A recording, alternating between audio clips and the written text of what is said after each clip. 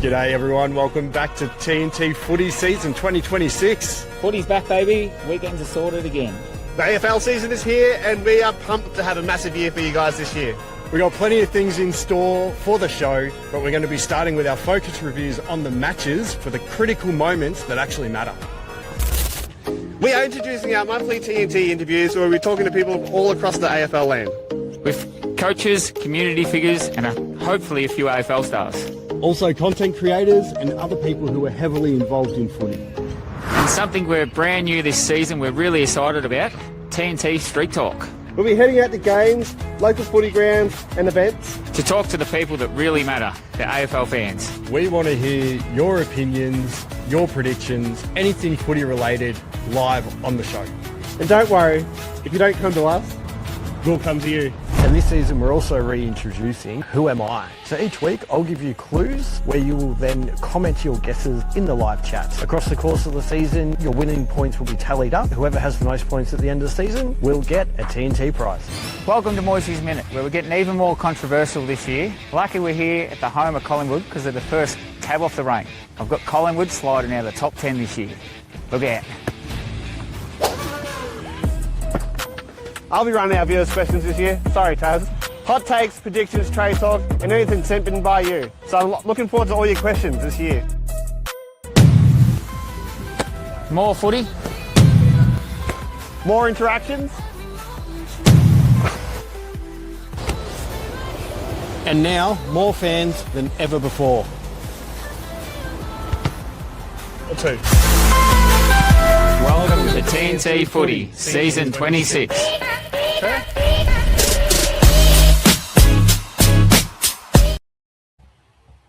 G'day everyone. I was getting into the little beat there. How are you, boys? Very well, thank you. Excellent. Welcome everyone. Another show, TNT Footy after opening round. We are live across 3 platforms now. We are live across YouTube, Instagram, and Facebook. If you have not yet liked and subscribed to all of those or followed us, please make sure you do. We would really appreciate it if you shared to your family and friends. We've got a goal of hitting 600 subscribers so we can get rid of, we can give away, it's not going to work, that behind Egi. Disappear. Pointing the wrong way, mate. You're pointing the wrong way. But yeah, Moisty's got the new singlets on as well. Looking good, Moisty. Yeah, it's got the new singlets for. I'll try and. Geez, I'm a bit creative here, but I'll try. Oh, just nearly knocked myself out getting that one up. He's got too much pie stuff above him. Yeah, it's apparently Moisty's in the Wolves house. Stand up. This is me racing section, but no, I do plead the fifth. Anything to do with Carlton or Collingwood? The new banner. I was asked for a new banner. I was asked for a new banner last week by people. They didn't want the brick wall anymore, so now we're pleading the fifth. That's funny. That is funny. We have a cracking show tonight, as we always do. We'll kick off with our round review. We're doing something a little bit different this season, and you'll finally get a good insight to what it looks like for the first time tonight. Moisty's going to be bringing you Moisty's Minute, which is proudly sponsored by CoachLinker. We're going to be giving you our round 1 tips because, yes, the weekend just gone was opening round. Then we've got your questions coming through to Egi. Yes, I'm looking forward to that one, which is very exciting. There's a few good questions in there. Some I may or may not like. Do a quick touch on Sober 26, and then another sponsored segment, which is our Who Am I, which is proudly sponsored by MTS Elec. So we've got a couple of sponsors on board now, boys. We do. I just want to say hello to Taz Speech and James Hugh Tanner over on Instagram. Hello. Beautiful.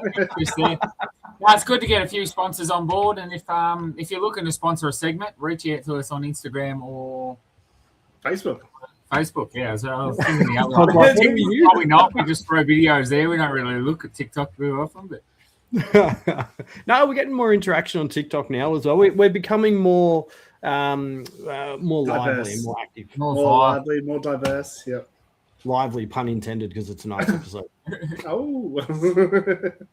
G'day, Jolie. G'day, Brozza. Welcome, guys. Welcome. Thank you for joining the show. on this lovely public holiday where you boys, you work today? He's all slack like the rest of Australia. Nah, I went to Ballarat to watch the Pies play, but I realised it was a week late. A week behind. Surprised they weren't still there in the nursing home. Yeah, no, they should have been, but they had to play in Melbourne on Sunday. But we'll touch about it a bit later. So game reviews. We're going to kick straight in. Thursday night, Blues v Swans. Oh, this is my one, I believe. This is my one. I've been on a long holiday. Yeah, I think everyone has, Jolly. So I was just catching up on chat. All right, so I was looking into the Blues Swans game, which I think everyone in Australia watched being the first game of the season. Probably not everyone in Australia, but most people in Australia. I was going to start with Sydney. I had a long list of things of what they can do better. But all you got to do is watch that third quarter. They did it in game. They did everything they were doing wrong, fumbly, slow, missing targets. They cleaned up in the third quarter, and they done it all. When they put on 75 points in the third quarter, if they do that against any other club, they win by 100. So they will. They did win by 100, but so there's not much. Swanee's looking good. I've got them top of the table now. If I didn't have them before, I think they were electric. They were quick. They showed what happens when they move the ball with pace, when they're accurate, when they don't fumble. All happened in that third quarter. It was the highest scoring quarter of footy I've ever seen. It was the third highest quarter in history. In history, yeah. And there was a couple of goals there. It was like 20 seconds. It was like cleared out in the middle. It was like 3 touches. Cleared out in the middle, went to centre half forward, bang straight to a leading forward, and then goal. That was it. And that's into the other thing. I thought that was one of Carlton's best segments of the ground was defence. So for Swans to just turn that around and attack that. So now we'll get into Carlton's, and all we've got now, they started well, but the same old Navy Blues. You can't lose Curnow and not recruit in that area and expect to get better.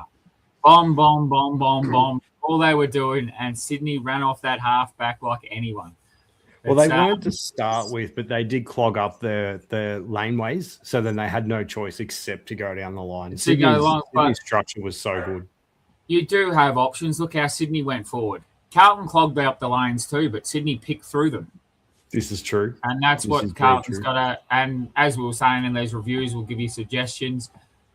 A new forward line for starters for Carlton, that'd help immensely, but we're not going to get that. So they've got to look, they've lost a key tool and they're still using the same structure. They don't have the targets up there anymore. They've got to lower the eyes and look at the 45s at the top of the 50 to open it up. And then Sorry, you go.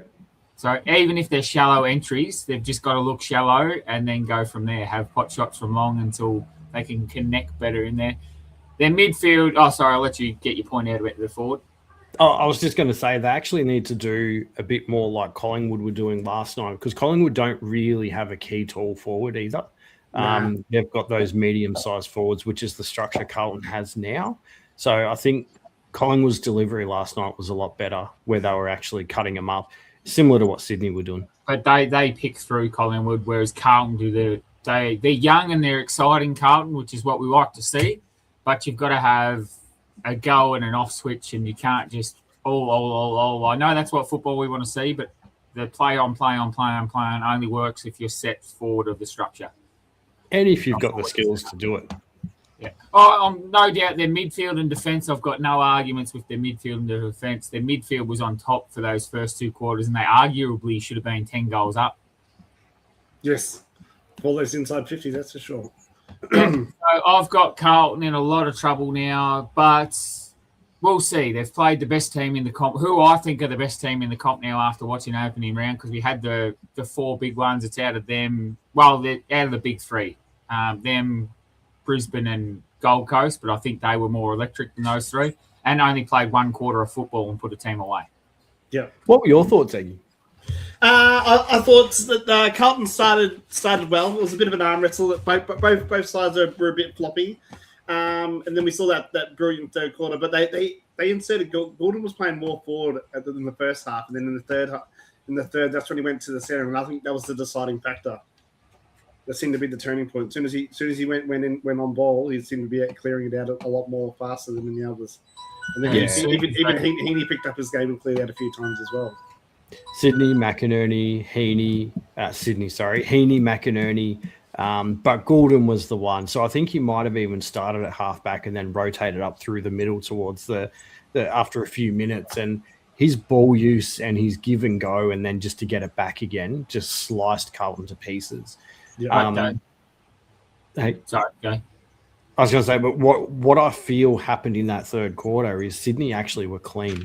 If Sydney had been clean in the first half of the game, they would have been ahead by a heap at half time. It would have been 3/4 time. It would have been the same thing in the first two, because you could tell they were half a handball off the pace, and you could tell they'd all ran forward. So when they missed that half a handball, Carlton was struggling behind and getting the easy ball to clear out.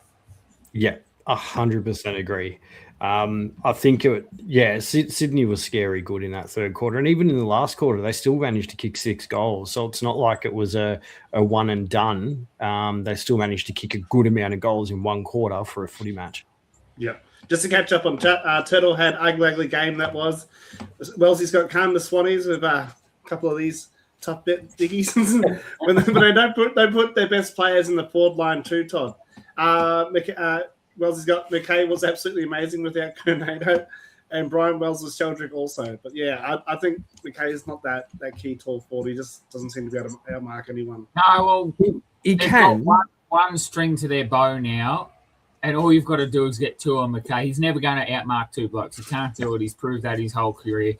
He was only marking the ball so well when Curnow was there because Curnow had the best, and he's occasionally relax off and be worried about Curnow and him. He doesn't have that anymore. He's the number one man now. But just remember, he did win the Coleman that year. Curnow didn't play. So I think he will be able to adjust. I mean, it is only one game, and yes, I'm a Carlton supporter, but I still think that he will turn it around. I think McCartan did a great job on him as well to really lock him down. McCartan's a good defender. Yes. Yeah. I was very quiet the next couple of days. I was quite disappointed, and I think it was because I was coming off a bit of a high after the Geelong and Brisbane right. sort of. You were fucking mad, mate. Yeah, they're good, they're great, they're in good condition, all this sort of stuff.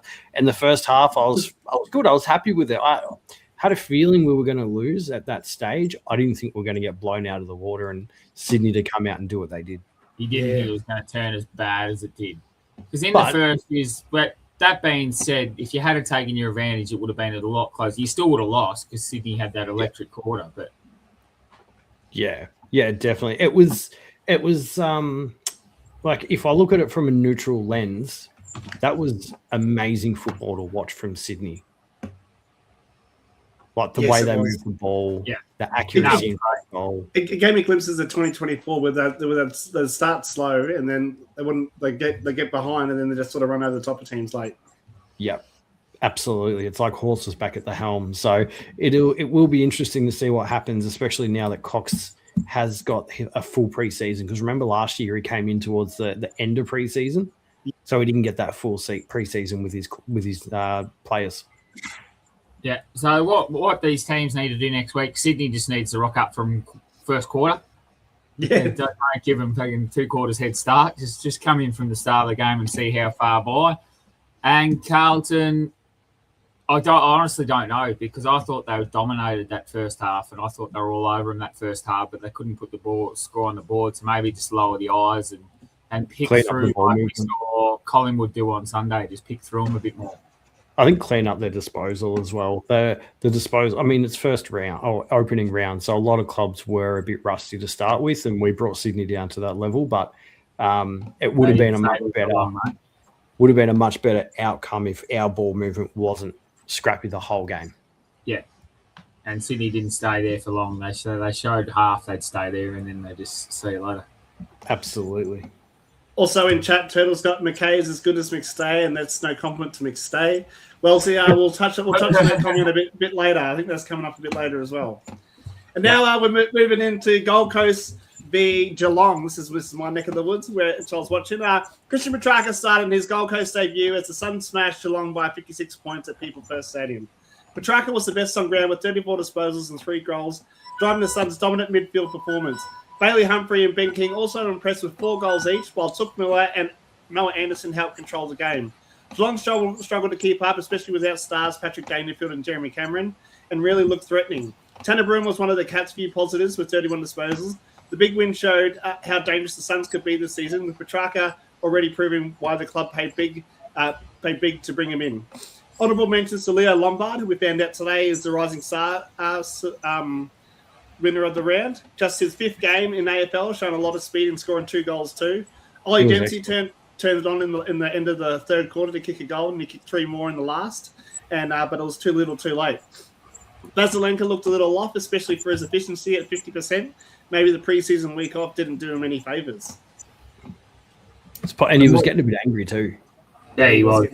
And you could tell he was getting angry. Same with the Bulldogs when they sort of left him on the outskirts. You could tell he got a bit frustrated with games. Yes. Yeah. And what I've got to say to that, they've done that without their Brownlow medalist too. Geelong without their Brownlow medalist still to come in. And when he comes in, then when Petrarca and him will just swap forward, I think, and it'll just make them even more dangerous, which is hard. Well, even him and Took, like, swapping forward, like getting maybe like Noah Anderson, Rao, and Took in the middle, then swapping Took for Petrarca, because both of them playing a half forward role are really good as well. Yeah, I don't think Took will go into the midfield once Rao's back. I think he's the one that mixes out. After Petrarca, I don't think Petrarca can miss out. I think they'll roll him through there all year now. And Anderson's off half back too, remember? Sorry? Yeah, that's true. Anderson's playing off half back. He played mid. Did he play pure mid? Because I reckon he'll go half back if that's the case. Half back mid, yeah, maybe. Yeah. So I think they'll push him back to get Rao in the middle, because that's where Anderson started his first season as well. Yeah, and Rao can't play. Well, we don't think he can play anywhere else. He's a bull inside midfield, so put your Brownlow medalist where you want a Brownlow. You'd think Carlton would do the same, wouldn't you? Yeah, yours is getting a bit old, mate. Anything you wanted to ask? Sorry, I was about to ask you, Taz. Is there anything you wanted to touch on? I think that the Suns, I'm going to use Todd's word here, they looked electric. Watching them, they were very consistent for the whole game. They've got the quick handball running game, similar to what Sydney were doing. They're so damaging. It's not just one player or 1 or 2 players that actually cut them up, especially now with Petrarca there. They're going. I'm really looking forward to watching them versus Sydney in round 5. I think it is. Yeah. It could be a shootout. Do you know what I mean? I was going to bring that up later in the show, but now that you've mentioned that, I think that's what the AFL want. There was the first 3 games, there was no defense. It was all out attack, and it was good at parts, but not good at else. Like, you don't want to just no defense. You've got a defense there for a reason. And then the later games we saw when the sort of the closer clubs played each other, that it become a bit more defensive, and it was all right. Well, I think as the season goes on, clubs will learn how to defend better. It happens every year. The first couple of rounds are usually very high scoring for a few games. But Michael, I want to ask, what does this say about Geelong? Is it something that, do you think they're still going to be a contender, or do you think that I had them dropping out anyway? But is it because of their age now? Like, they were missing a couple of goods, but I think they were just off. I think they were a bit off, yeah. Yeah, I don't think that was the Geelong we're used to watching. Yes, they had a couple of players out. And normally when they play like this, Patrick's the one Dangerfield's the one that will spark them up again. Or Cameron. And they didn't have either of those two. They didn't have both those two, so they had no leading from the front and no one to help them out. Yeah. And is it even weird that the only preseason match that Chris Scott wasn't there either? He had the weekend off? No, I think that's pretty okay now. He's been there such a long time, and I heard him talk on AFL 360 a couple of weeks ago. He thinks it'll start to become more and more accepted for the senior coach to have a bit of time off after preseason has started, because the assistant coaches know what they've got to do. The players know what they've got to do. You've got those assistants. Like, I think he's got Buckley there now, who's a coach in his own right. So, like, he's going to take training, or he could take the practice match, and it's not going to affect them too much. Just preparing for Tasmania. That's all he's doing. Yeah. Just before I give the closing thing, I just want to catch up on chat. We've got Stephen Brosnahan's got, as good as Swans were, I thought the Suns' conditions they played in the team to beat than the Swans. What conditions were they? Because I had hot and humid because I thought it was going to rain. I thought it was going to be wet, but they ended up only getting a mil before the game, and that was the only rain they had. They were expecting 50 mils or something. Turtles got track was great, but super coach wise, he was worth once Rao comes back. Worthless once Rao comes back. I don't think so. I think he'll still be the same. Hello, Brian Wells says, I want to say, well done, Egi. At least Collingwood weren't shite. Hey, North weren't shite either. Oh, well, he's got North got a good win today too, Toddy. And we have a fighting match today. Look how much I know. Cameron hurts it and danger. Yes, it does. Yeah, definitely hurts. And I actually just want to do a quick shout out to Mac Andrew. He looked fantastic. Nearly mark of the year. Yes, he did. It was nearly mark of the year, yes. It was. It was. And that was good. His run and carry and the ability to draw 2 or 3 players, just hold the ball up because he's so tall and then get the hands off to a teammate in space. Yeah. It was fantastic. You can see why the Suns wanted to sign him long term. Yeah, well, I think in his match sim and his preseason, he was a bit below par. So I think he had to lift up his game because there's a bit of talk going around him. Is there? Oh, sorry. No, you go. I was going to say, is there anything you guys want to touch on before I close it off? Geelong's ruck issue. Yes. I see Marshall going there next year. Yeah. Oh, depends how St Kilda are going, mate.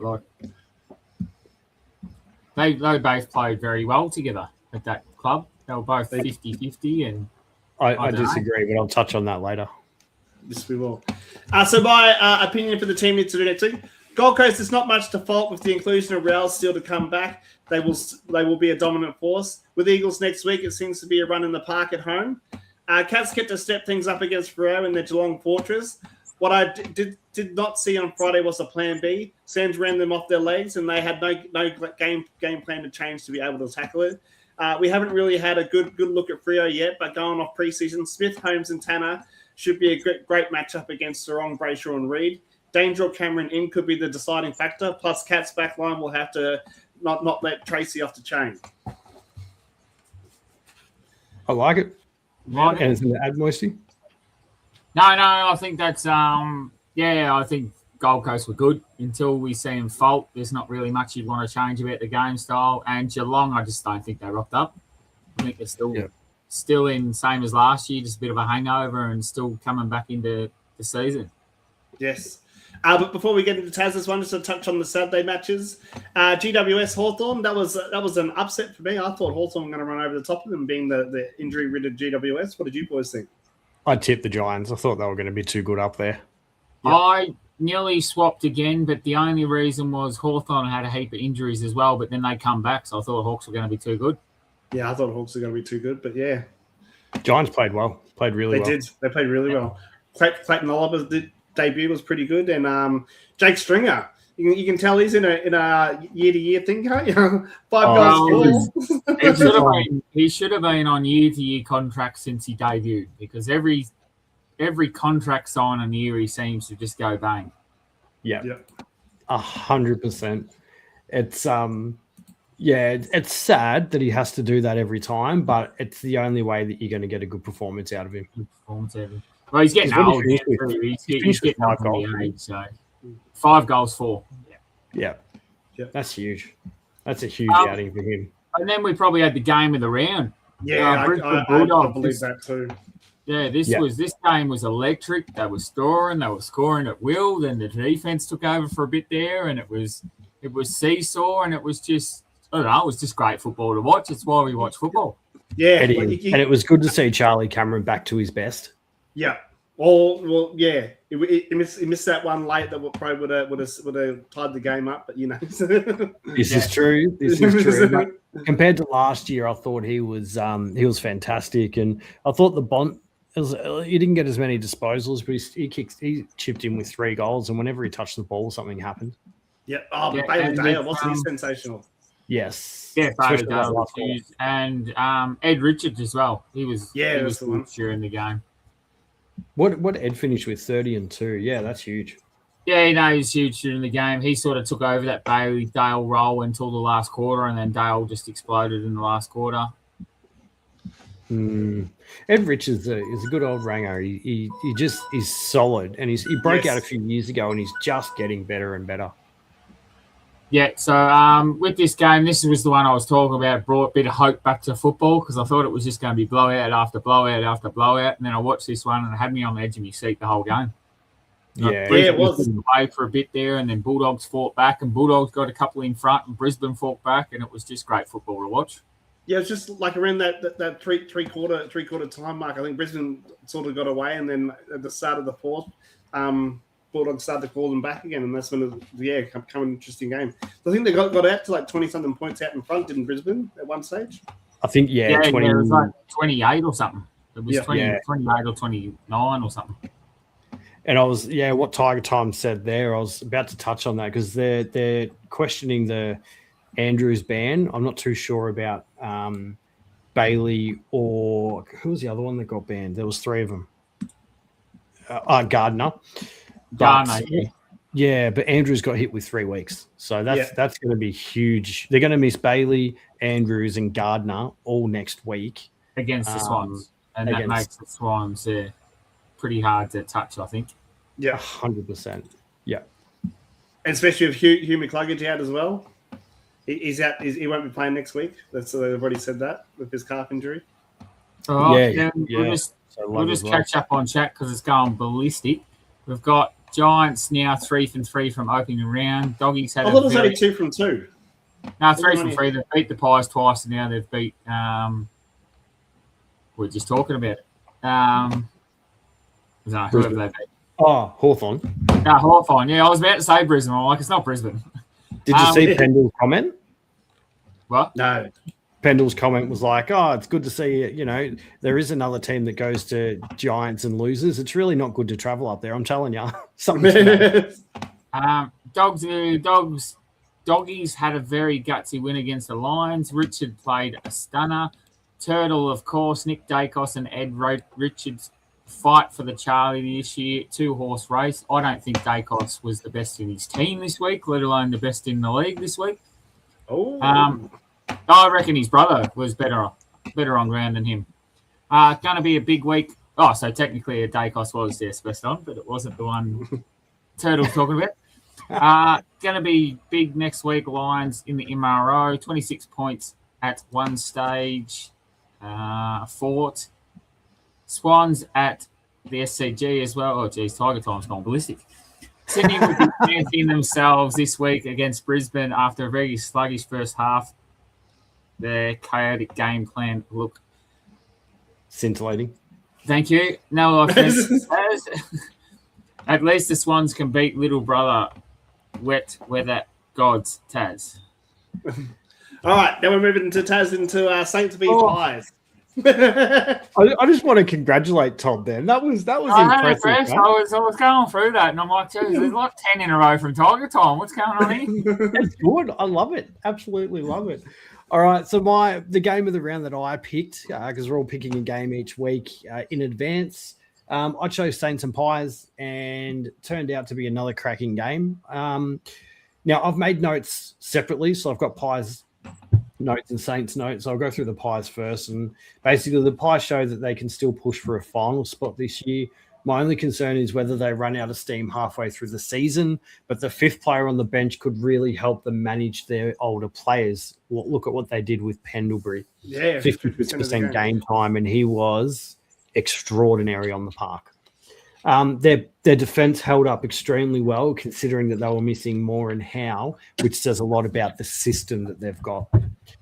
They also used their best players perfectly. And when I say best players, that's Pendlebury because he was influential. Both the Dacos boys were everywhere. And De Goey chipped in with 3 goals. When those players get their hands on the ball, Collingwood looked dangerous. It does make you wonder, could the Pies follow the Geelong model by blooding youth while their experienced core still leads the way? Did you want me to go into Saints notes, or did you guys want to add comments? I had some notes, but I'm pointing at me Barry here. No, I've got some comments on that. Yeah, the only thing was their defence holding up pretty well. St Kilda had a heap of different score shots. But that's in my next bit. Oh, yeah, no, I'm not talking about St Kilda. I don't know how Collingwood are going to hold up against the better attacking sides, was my only query with Collingwood. Like, they only had 40 inside 50s themselves, so they were just very efficient when went forward. Yes. So I thought we'll wait for notes at the end, and then you asked me. Yeah, that's all right. I'll just keep going through that and we'll get to it. Basically, Saints notes, I've got a positive for the Saints is they won the inside 50 count and territory, which suggests that their game plan is working. That's also a quote from Ross the Boss. Now, I think that they're clearly missing Max King, who would have made those entries far more dangerous. I did say in the off-season that the Saints would likely need at least half a season to really gel, especially with the new players learning the system. Give it time. I think Saints will become a solid side as the season progresses, if not ends, to look at a top 4 next year. So I'll open it up to you guys. So now I can continue? Yep. Yeah, so as I was saying with the Pies there, I think against the better sides and what you were saying with that bench rotation, me and Dad were talking about, he's a Collingwood supporter, and we don't think it's going to work against the quicker sides. So effectively, they had one less rotation on the bench with Pendlebury spending half the time, and also there was Egi was on there for half the time as well. Egi had Papley was for Sydney too. Yeah, but like what I'm saying is when Saints didn't exactly move the ball electric like the other games we saw earlier in the week, do you think that sort of coaching will hold up against the quicker, fast-paced teams like Bulldogs, Brisbane, Hawthorn, Gold Coast? I do, because Saints were early in the game. Saints were moving the ball as quick as I've ever seen them move it. Yeah, with the handball. But I don't think it was as quick as those other ones. I just don't think it was as clean as the other ones. Yeah, and that's my thing with Saints. I think they need to clean their football up, and they have some high-paid forwards sitting in that forward line. They need to work something out down there because it was. And this is going to sound bad, but you and me were talking about this, Tassie. It was Carlton style of last year. Just thump the ball 100 metres and hope someone can pop up and grab. And you can't play football like that. No, definitely not. Egi, your thoughts? I've got a little thing here. So it was a great contest early, but St Kilda found their speed and Pies literally could not keep up with them. So that's even troubling now that you say that Gold Coast and Gold Coast and Brisbane and Sydney even faster. Tables had turned and the Pies slowed up the game, going kick to kick, bit of Ross the Boss style. But the key was I kept notice was they could not score a goal unless Pendlebury was on the field. They might have got one or two, but even though it was a very low scoring game, like I kept looking, it wasn't until Pendlebury got on the field that they could get it between the sticks. Yeah, his leadership and his experience really came through. Yeah. So the only thing letting down the Saints was their ability to hold on to the ball. Player watch though was Sharman was looking good, leading well, and will find himself with multiples on the board fairly soon. And I'll just put a question there. If you tag Naz, is that Saints gone? Because they didn't have a tag on him very early. Well, the tag wasn't working very early. As soon as the tag started working, St Kilda looked like they had no answers. It definitely helped Collingwood immensely. But again, when you've got a tagger, you've really got to look at your overall. You need the whole team to buy in because you're effectively playing one down. But if the other team send that player forward, well, that tagger has to go forward. So then you've got to bring someone up. So you need the whole team to buy in. So I think it's great that teams tag, but that's part of the reason why some teams. I think he had a demonstration on field, and the caliber of tags were completely different. I'm going to say that off the bat. He had a much better tagger than Dacos did, but Dacos looked for and this is going to upset a lot of people, but I think it was a good move by him. He looked for the easy ball down back to get into the game, which his tagger didn't float down with him. So I thought Nath could have floated around a bit more and seen if the tagger, he's not going near the ball and just sagged off. Because you saw Nick was in Paddock's space at some times with the tagger. Yeah. It was because he went down to that back pocket and just sat there and got the kicks and then looked to move forward and lose his tagger through the midfield. And his ability to step has his efficiency this year, like the way he was hitting targets last night was pretty impressive. I think there was one where he hit Lockie Schultz on the run as well, Quaynor as well. So yeah, it was looking pretty good. Also to catch up on chat from some Collingwood supporters, Ross has got interesting stat. The Pies were best defensive team structure and the best did struggle. Turtle's got McRae changed the game plan and went kick to kick rather than the normal kick ball movement, which stalked the Saints ball movement, and will probably be the same to the top sides. Ross has got on average held teams 80 pies or less most of the year. Turtle's also got, or could be Nick just was too fast and fit that no one could keep up with him. Just a thought. I was giving Nick positive. What do you mean? He was saying that he was always in the bit of space. He fought through that tag well. It wasn't a criticism on him going back. I knew this had happened as soon as I said it. That's how players need to fight tags. So people will say, "Oh, he's getting the easy ball," but you'll let him go do that, and then it's like Jeremy Cameron. You let him go up forward, but then you miss him coming back through. Yeah. Yeah, you need to help them. Like, they've got to help themselves get into the game, give them some confidence, get their hands on the ball. Absolutely. Couple of things. So for Pies, this is why I plead the fifth. So for Pies next week, an area that they will want to improve on is the number of inside 50s that they allow. So St Kilda had 63, as you mentioned before, and again, it's not sustainable long term. And then St Kilda, I feel like their biggest issue, and Todd, this is what you were saying before that you and I were talking about, was their forward 50s entries and finishing in front of goal. So at times it did feel like a Carlton game because you had Salvani, TDK, Carroll, and the likes, but also the game plan was very similar. So we'll see how it goes. I think Saints will improve as the season goes on. I think it's a good win for the Pies. Very good with the Pies. All right, moving on now to Moistys Minute. Proudly sponsored by CoachLinker.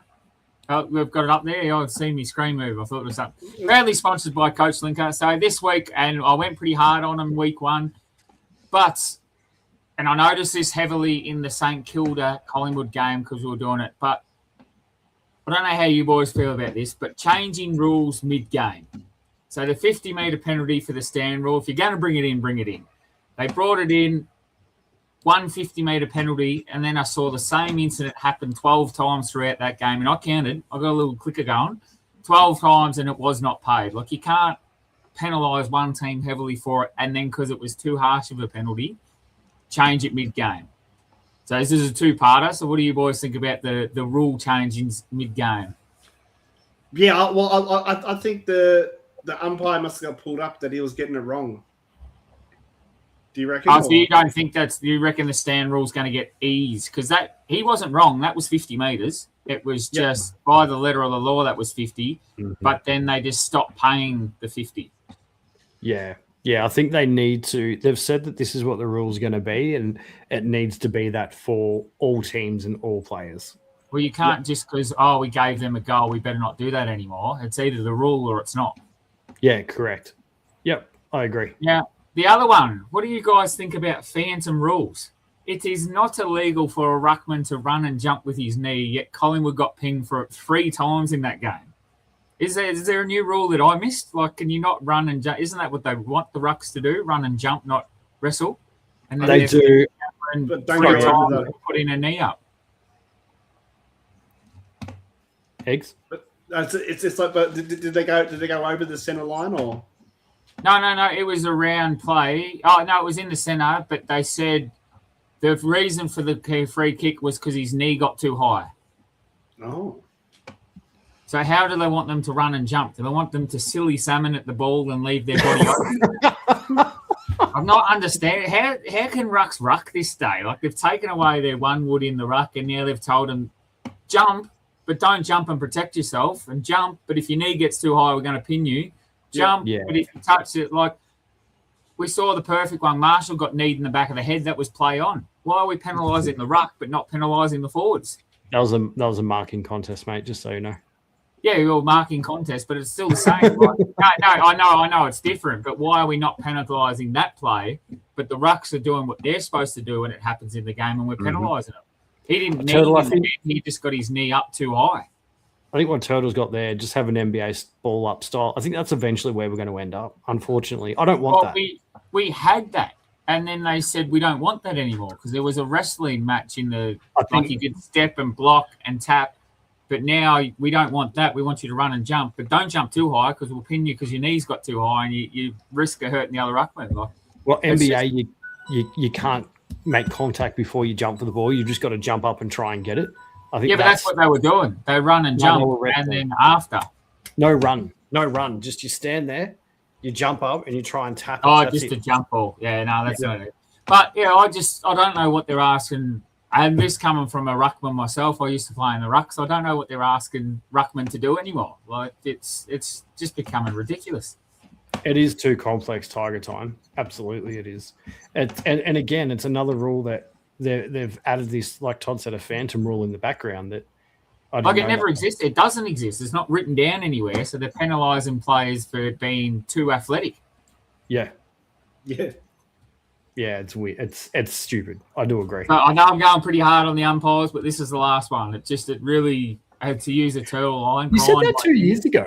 No, but this. I mean, Moistys minute this year. We've done the umpires twice. They won't get done again. Okay. We'll see. And that's Moistys. I'm just getting confused about the ruck rules, the knees, and I don't know where we're going. I don't know where we're heading, and I don't know what's happening. I don't think they know where they're headed. No. Good. All right, let's go. Moving on to round one. So we got Thursday night. We got Carlton v Richmond. Who do you boys pick? I'm going Carlton. I'm going Richmond. I had a real big thing, and this is. Are we doing games of the week? Yes. In a minute. So this is going to be my game of the week this week, only purely to see if Carlton can fuck it up again. So I'm going Carlton, but not with any real positive. But this is my game of the round because I think it's going to be a blockbuster. Yeah. Then on Friday night. Oh, beautiful. On Friday night we got Essendon and Hawthorn. I'm picking Hawthorn. Yeah, I got the Hawks. Yeah, Hawks. Then Saturday afternoon we got Bulldogs and GWS, which I think is at Marvel. I'm not 100% sure. Yeah, it's at Marvel Stadium. Yep. I'm going to have to go the Bulldogs. Yeah, I'll go Dogs. They looked pretty good on the weekend. Yeah. Flipping me coin. Every time I pick them, Zoe or Brody, they lose. So I'm going Richmond. Yeah, I've got Dogs too. I don't know. I think the Giants will be good though. Beautiful. Then we got Saturday twilight. We got Geelong hosting Fremantle. I've got Fremantle in this one. Yeah, I'm going to go Geelong here, I think. I'm going to give them a chance. I'll give the Cats a chance to bounce back. Yeah. I want to see what I can't, but I want to see what the Dockers do. I think the Dockers will get all over them. Then we got a Saturday night blockbuster at the SCG, Sydney versus Brisbane, where I think Sydney's going to roll them. Yeah, I think Brisbane start a bit slow, and I think Sydney will be too good too. I did have this penciled in as the game of the round, but with the outs that Brisbane's going to have, I think Sydney are going to win pretty comfortably. Yeah. Well, who's Kerno? Like, they've got no tall defense anymore. Colonel's going to have a 4-foot midget or a VFL player on him. Like. Yeah. They'll probably put Oscar Allen back. Yeah, probably. Then we go into Collingwood and Adelaide at the MCG. I'm going to go Collingwood. I've got Adelaide, and it's more. Collingwood were good, but they allowed too many inside 50s, and I think Adelaide's forward line won't fuck that up. Yes. I think because Adelaide won the minor premiership last year, I'm going to go Adelaide. I think they're going to be too good with another preseason. Then we got Todd's boys, the Kangas going up against Port Adelaide, which I'm going to go the Kangas. Yeah, I'm on the Kangas. I don't miss the Kangas. They come. After Port's demolition of Eagles, I'm going to say Port. Beautiful. And then we got Sunday afternoon, we've got Melbourne hosting St Kilda at the MCG, which is I'm going to get St Kilda to bounce back and run over Melbourne. Yeah, I think with Melbourne missing their defence now, I think it'll be a lot closer than people think. But I'm going to go St. And then the last one on a Sunday night, we've got Gold Coast hosting West Coast, which I think is going to be a demolition job. And it is the shortest price favourite I've ever seen in a round one football game ever at $1.01. Whoa. Yeah. To Eagles $16. I've got Gold Coast winning this by how far? Yeah, it's a lot. It's a lot. I think it's over 100 because it's at People's First Stadium as well. They're going to make that a fortress there. Yeah, that is. And everyone's my team. Who were you boys going to watch this week? I've got Swans and Lions. I'll go Blues and Tigers then. I had either Blues and Tigers or Demons and Saints because I was busy both Friday and Saturday afternoon. So. Well, you go Blues and Tigers, then I'll pick a different one because I'll go Bulldogs Giants because I think it'll be a game around. Oh, that'll be good. Yes. That'll be a good one. Yeah. Bulldogs Giants. Sorry, just typing that in so we know. I wanted the two games I were going to do was Blues Tigers to see if they take them up, and then Swans Lions. So I've got pick 3. Mate. To pick 3. All right, Egi. Beautiful. Read viewers' questions now, and our first one comes in from B-Dog, which I think he's in the chat as well, Z. And he's got, does Taz want a Swans membership, and has he left the comfort of his pillow yet? Glad we had the long weekend. So Scotty's got a couple of Swans jerseys here. Tad messaged me the other day. Can I borrow one of them? It's what I heard. He was quite keen on Friday night to jump ship. I definitely was not. I wouldn't go to the Swans if I was going to jump ship. I'd wait for Tassie to come in and look. It's on the cards. All right. I had a bit of a message with Zoe actually, and both of us are like, maybe we should just follow a different club. Mate, if and I'm saying this, if North go 0-6, I'm officially a son. I have the Guernsey already. I've got Rao on me back. If North go 0-6 this year and the easiest fixture I've ever seen in my life, I'm a Sun supporter. Yep, that's fair. That's fair. Moving on to the next one is our new show sponsor, MTS Elec Contracting. Are Richmond a dark horse or are they a lost cause this year? For me personally, I think they're a lost cause this year. Lost cause. I think their excitement will be around round one. Can we do it again? And then I think they'll fizzle out. I think they overachieved last year for their age profile and their list that they've got, which is not a bad thing. I think they're going to be a very, very good side in a few years. I just think that they overachieved last year and they might get a bit of a wake-up call this year. Yep. Even Tiger Time, Scott, in my opinion, lost cause for Richmond this season. Yeah. And 100% Tiger Time. It just adds how David King has pumped us up in the media. Ooh. He's very bullish. Reckons they're making top 10. Well, and he's even bullish around Kangas. He said he's not going to have a drop of alcohol till Kangas get 2 back-to-back. Yeah.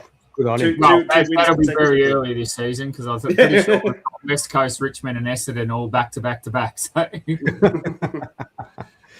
I agree, Zoe. I do agree. Then we got our Artie Holubowski. Did the Pies get 4 points from the other 4 blokes in the invisible Collingwood jumpers? Not even close. Someone's a sore loser, also losing to opening round. Wasn't it the other way? Didn't St Kilda get heavily favoured in the free kick camp? But they didn't get it when it mattered. That was holding the ball in that square. I don't care what anyone says. He sat there, deer in headlights, and should have been pinged for that. Yeah. I think they gave him the benefit of the doubt because he thought he marked it. It's gone 3 meters. Yeah.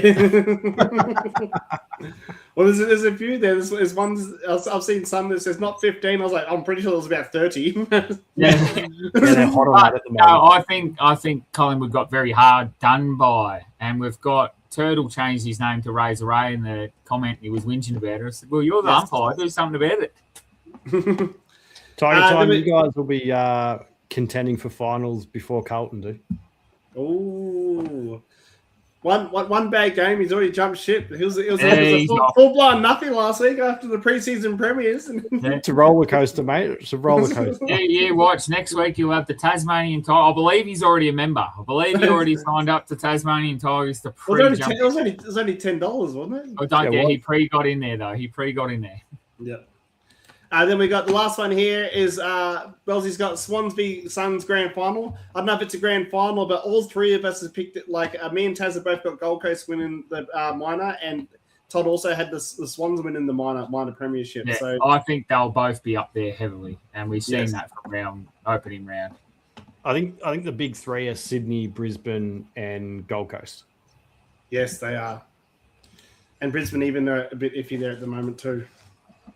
It's only Yeah, but they start slow every year. They've got to recover from the grand final drinking session. They started slow last year, and I was actually going to change my tip, but then didn't. But should have. Yes. George has got here. I think Collingwood played better. Umpires were shit both ways. Just say it how it is. I like it. Zoe said there was weird umpire calls both ways, but the umpiring did not help Collingwood win. No. I won't be surprised if there is a top 4 filled with interstate sides. Yes, I'm not surprised either. Absolutely. Well, who's the Victorian team that's going to make the top 4? I don't have one. Yeah, I don't know. I don't have one. I think a team that could do it, if out of any of them, would be Dogs. But they're too inconsistent. You just don't know. You just don't know. But Todd, do you want to take away with the Sober 26, please? All right, it's live. We now have the singlets. I believe jumpers and T-shirts are going up there. So QR code top. Oh yeah, pointed the right way. Top left-hand side of the screen. Where every purchase of a singlet, $10, a hoodie or shirt, $10 from each go to the Black Dog. You get that's right, that's the one. Go to the Black Dog Foundation. Wear it at a game. This side. Event. Yeah, that's the I'm pointing. Game, social event, anything, and tag us in a post on TikTok, Facebook, any social media. We will match the donation and donate $10 as well. Also, once we raise $250, as well, you can click on that link if you just want to donate, and we have a link there that will take you to our personal Black Dog Foundation site where you can just donate as little or as much as you want as well. But once we raise $250, Egi's going to shave a mullet. Yes, I am. You can't see it now, but I've made some photos of AI during the day today, and I'm going to post them. I'll post them up after the show. Yeah, so he's going to get a bit of ideas of a mullet I've seen. I think he's going to look pretty good. I think we're up to $30 at the moment, but we haven't deposited yet. But we sold 3 singlets, so we're 3 singlets, and I've got them all. Yeah. We're trying to raise a bit of money. We're also doing a marathon, me and Tassie. So if you want to get down and support, Egi will be at the first one. He's going to run the first one with us as we build up to our marathon. So it's the 29th of March at the Good Friday Appeal Marathon. So if you want to get down there, run for kids down there at Marble. Starts at Marble and ends at Marble. Yeah, that's the one. My start time's 7:30. I don't know what time your boys are, but that's at 8ish sometime. I'll have to confirm on Thursday.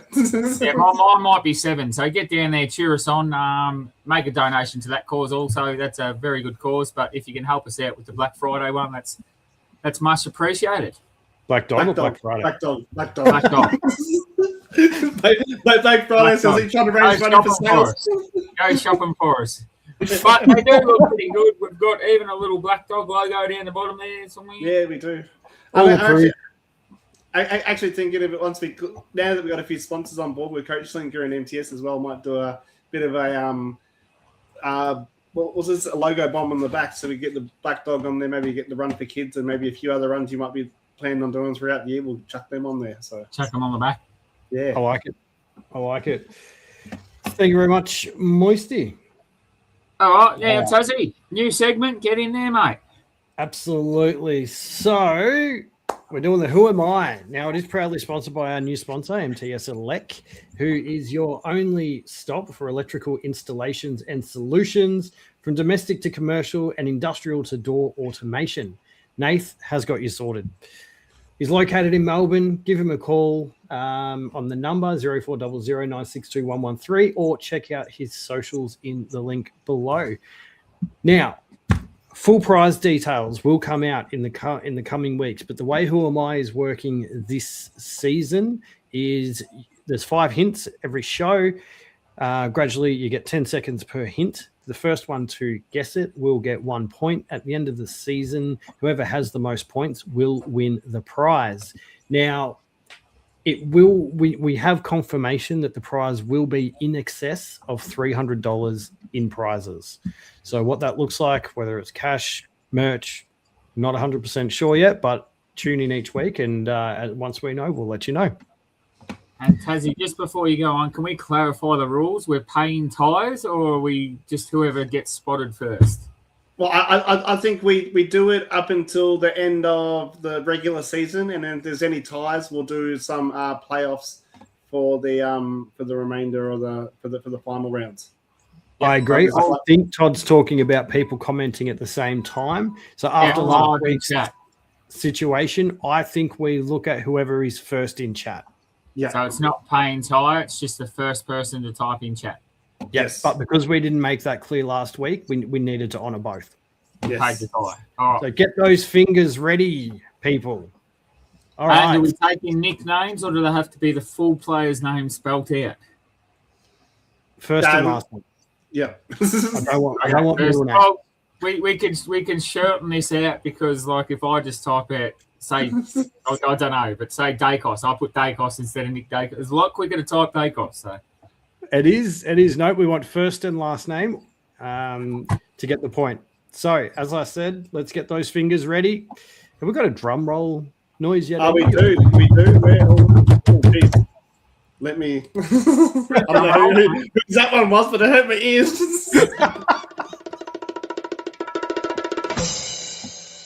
There we go. That sounds like you're hitting Todd's head at the end. Yeah. All right. Hello. So, hint number 1.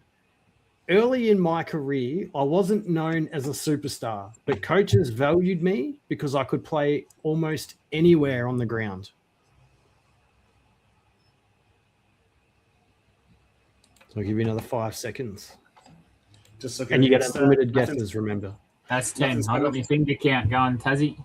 I can just look in the top corner, but thanks, mate. Appreciate it. All right.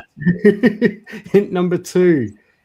Over time, I became famous for my explosive speed and ability to break games open, particularly when running forward of centre. Now, these are past and present players. They could be. Definitely not. Ping. Hey, he's got speed front of centre. What are you on about, Tassie? Does he? Yeah, he's number 3. I was part of a midfield group who are arguably regarded as one of the best ever. None of those in chat are correct yet. I'll let you know when they're correct. All righty. I won a Brownlow and a Norm Smith in the same season. Incorrect, Tiger Time. No. Good guesses, though, but no. They are very good guesses, actually. They're all left field. I like it. No. All right. Last one is a bit of a play on words. I am far from being a dud. No. So I'm gonna. Do you know what? Should I go back through the questions again? No. Can I give one more question that'll give it away? Oh, okay. Actually, I've got one. Yeah, I've got one. Has a lot to do with, or he was sponsored by, was it cardboard or paper? Yeah, there we go. George, especially Chris. I was going to say, go in there and go. Zoe has been the closest because she got the right midfield. She's got the wrong player. This is true. Chris Judd is correct, George. Well done, George Speechley. Good guesses there, though, guys. That was Very good guesses. That was awesome. That was really good. Hopefully, he's enjoying the questions as well, especially after the first debacle where someone Googled it straight away. We don't know if that's what happened, mate. We don't know if that's what happened. That was great. But just an update on scores. We've got Tiger Time, Michael Craig, Zoe, Brosser, and George Speechley all on 1 point. So it's still anyone's game. So this year's there's going to be 15 playoffs in the end of the season. If that's what 25 rounds still to go because we're in opening round. Yeah, we've got that's a lot of players we've got to try and come up with. I love it. Well, that's it, boys. Well, I'll give you a heads up. Don't use Dustin Martin or Simon Black. Everyone's ready to type that. It's all pre-work. But before we go, just want to highlight a few messages from our January 22nd show where Brian Wells said, if GWS and Sydney don't sit 1 and 2 on the ladder by round 6, I'll put a Blues jumper on for the first week of finals. Now, I know it's only opening round, but they are sitting 1 and 3rd at the moment. But what I did want to point out was Alistair Carter website. If they are, I'll put $100 extra into the charity. So we'll definitely keeping an eye on this. Mate, don't ever say anything on stream because Egi will clip everything. We're ready to go. It's clip. It's good to go.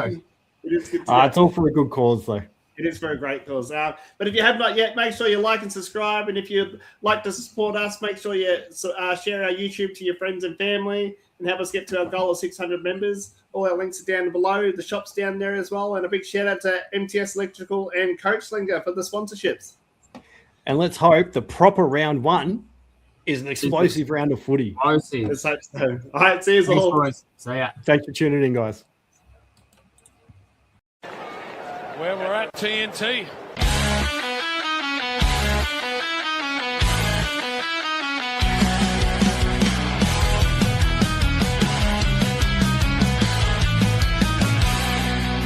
In the land of footy madness where the crowds collide, Taz, Todd, and Egi were ready for the ride.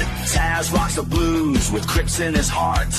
Viewers' questions coming now, that's just the start.